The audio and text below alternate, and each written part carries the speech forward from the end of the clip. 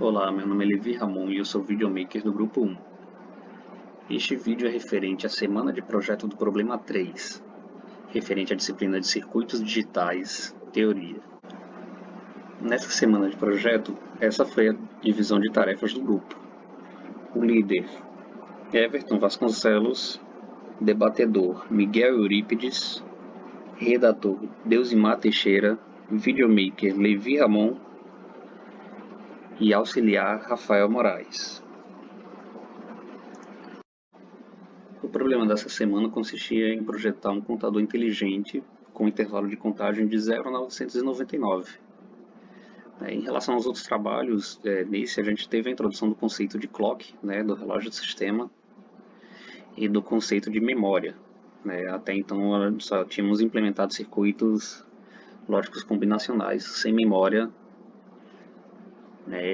O resultado da contagem deveria ser exibido em 3 displays de 7 segmentos, e os estados desse sistema deveriam ser escolhidos através das entradas fornecidas pelo usuário. Então aqui nós temos as entradas de dados, os dados que serão utilizados pelo sistema. No caso, as entradas de dados são A0, A1 e A2, Cada uma delas são entradas de 4 bits. E temos as entradas de seleção também, que são através dessas entradas de seleção que o usuário manipula o sistema de fato, Temos aqui UpDW, Step, MXMI, Load e CLR, além da entrada de Clock, que é a entrada do relógio que comanda o sistema.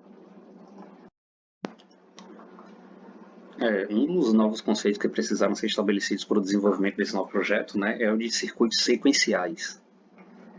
O que difere deles dos circuitos até aqui desenvolvidos? Os circuitos utilizados anteriormente nos outros projetos das disciplinas eram circuitos lógicos combinacionais. Isso quer dizer que as saídas dele são definidas apenas pelas entradas fornecidas no instante de tempo atual, certo? Então, em uma execução seguinte do circuito com novas entradas, as saídas vão depender apenas das novas entradas fornecidas. No caso dos circuitos sequenciais, o comportamento desse circuito ele também é determinado pelas entradas atuais, mas também é influenciado pelas entradas anteriores. Ele carrega o resultado do processamento das entradas anteriores para estados posteriores. Então, por isso é possível dizer que são circuitos que possuem memória, são circuitos sequenciais. E eles são divididos basicamente em circuitos síncronos e assíncronos. O comportamento de um circuito sequencial assíncrono depende apenas da ordem na qual as entradas mudam, e o estado do circuito pode ser afetado em qualquer instante de tempo. Ele é considerado um circuito combinacional com realimentação e, por conta dessa realimentação, o sistema pode operar de maneira imprevista, algumas vezes, pode mesmo se tornar instável. E a gente tem os sistemas síncronos, um circuito síncrono, um circuito sequencial síncrono é um sistema cujo comportamento pode ser determinado a partir do conhecimento de seus sinais em instantes discretos do tempo. E a sincronização dele é realizada por um dispositivo de temporização chamado de clock. Clock é o relógio de sistema, que vai ser falado sobre ele posteriormente. Os pulsos desse relógio de clock são distribuídos ao longo do sistema, de tal maneira que os elementos de armazenamento sejam afetados apenas no momento da chegada de cada pulso. A gente pode considerar que o circuito sequencial mais simples é o LED. O que é o LED? Ele é constituído por portas lógicas, é um circuito sequencial assíncrono, e ele é capaz de armazenar 1 bit de memória. Então a gente tem aqui a representação de um LED, ele, por ser um circuito sequencial assíncrono, ele é instável. Então, para corrigir essa instabilidade do LED e armazenar o mesmo bit de memória, só que com mais segurança, a gente pode desenvolver os flip-flops. O que são flip-flops? O elemento básico de memória mais importante de um circuito é um flip-flop. Como foi dito anteriormente, né, os LEDs eles são constituídos por portas lógicas, né? As portas lógicas sozinhas elas não são capazes de armazenar a memória, mas um arranjo adequado dessas portas lógicas é suficiente para armazenar um bit. Só que como são circuitos assíncronos, os LEDs eles são instáveis, né? Algumas entradas não são permitidas, né? Então eles não são estáveis em armazenar memória. Uma forma de se contornar isso é fazendo flip-flop. Como é a maneira mais fácil de fazer um flip-flop, né? Colocando dois LEDs em cascata, né? Dois LEDs em seguida. Aqui usamos dois LED-D, por exemplo, para fazer esse exemplo. E como ele passa a ser um circuito síncrono agora, né? Uma das entradas é síncrona ao clock e outra entrada é o clock negado.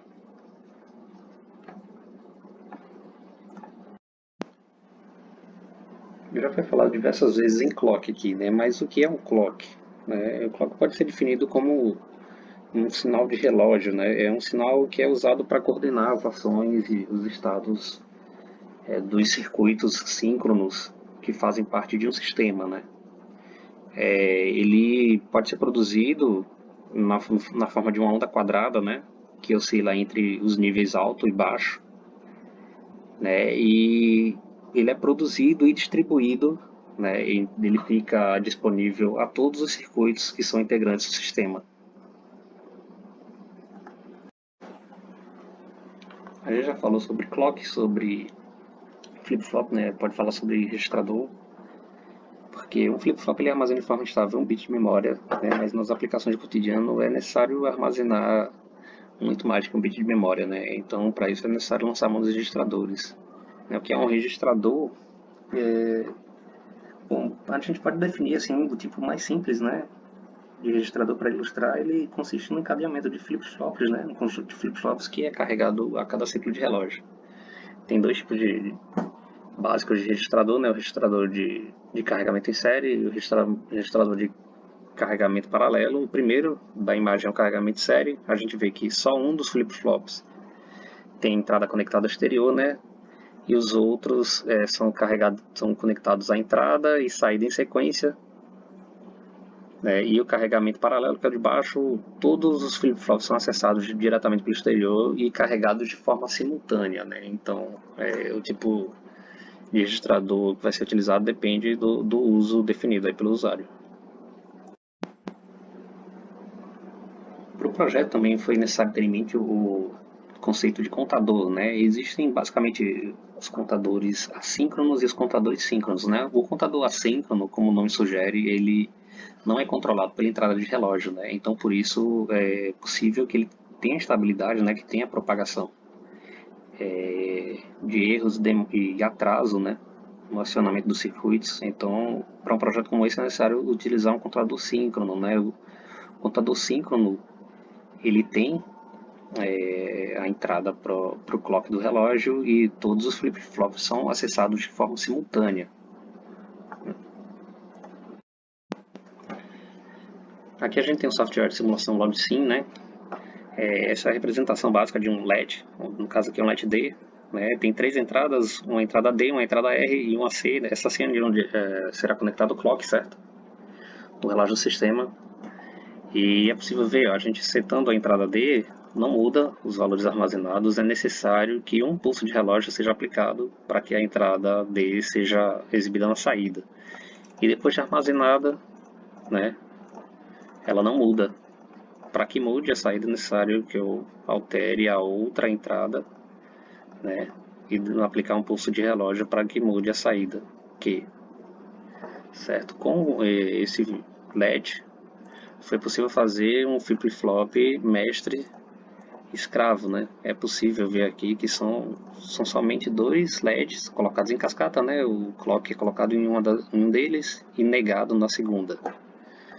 E para que ele funcione, a gente coloca a entrada 1 aqui, um pulso de relógio e o 1 foi colocado na saída aqui. Nesse caso é possível ver que esse flip-flop ele é sensível à borda de descida do relógio. Bom, com os flip-flops, né, foi possível construir os outros componentes maiores do circuito. Nesse caso aqui, a gente tem um registrador de 4 bits, né? É possível ver que o carregamento desse registrador de 4 bits é feito de forma paralela. Cada entrada do flip-flop é acessada de forma individual. Tem aqui um registrador de 4 bits, temos aqui um registrador de 12 bits. No caso, é um registrador de 12 bits porque optamos por usar as entradas em BCD, para o sistema, para evitar ter que converter para binário e depois para BCD novamente.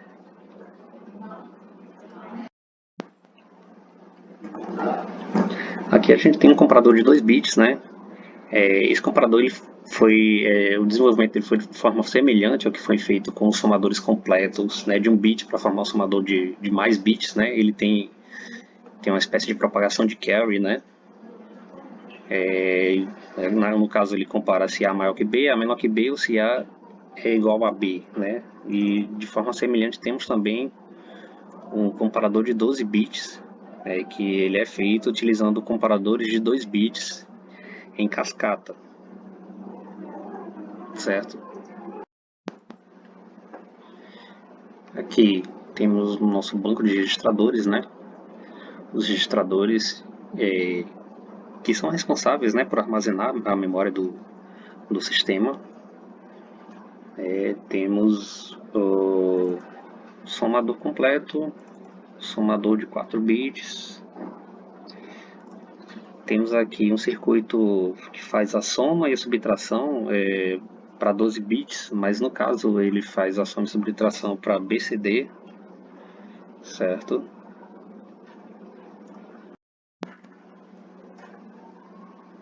E aqui o circuito principal, com as entradas que foram sugeridas no documento. Temos a entrada MXMI, ela define se a gente está setando a parte do limite superior, o limite inferior do intervalo, Se tiver em 1, a gente está escolhendo o limite superior. Se tiver em 0, está escolhendo o limite inferior.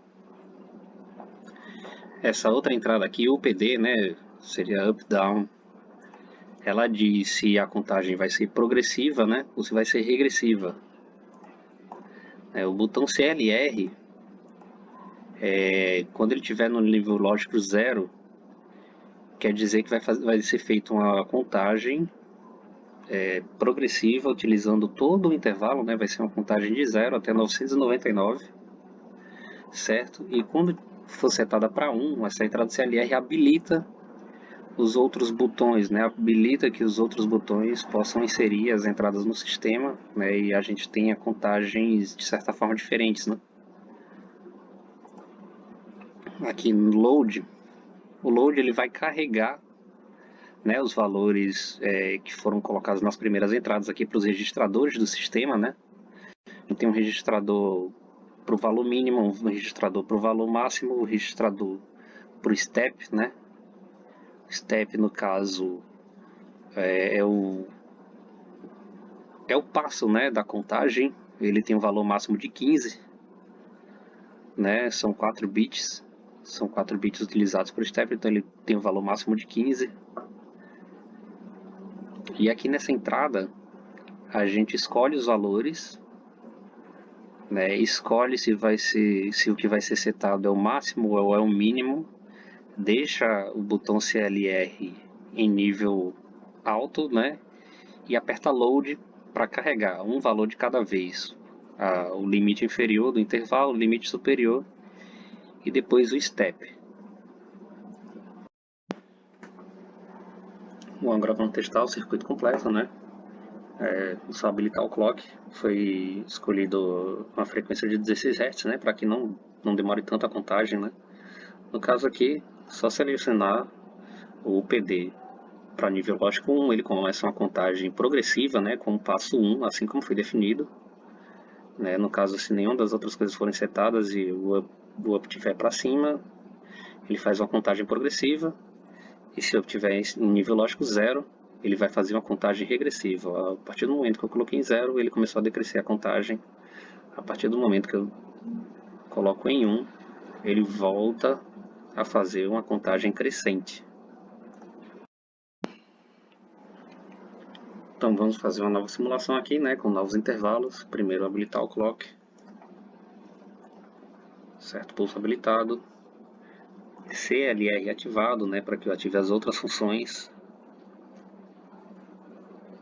Aqui mx em nível lógico igual a 1 para setar o valor superior do intervalo.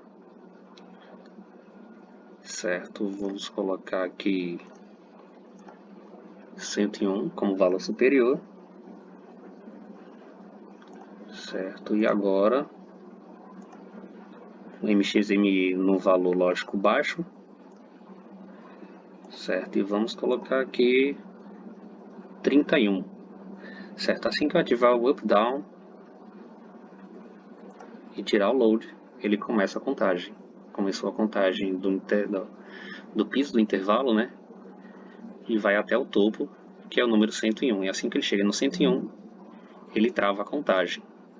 Se eu colocar o up down para 0, ele vai fazer a contagem regressiva agora. Certo? E vai travar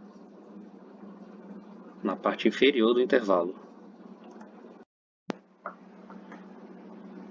Bom, como foi dito, uma outra forma de testar, de usar o circuito, né, é utilizando passo de contagem também, né, ao invés de fazer uma contagem apenas de 1 em 1, né,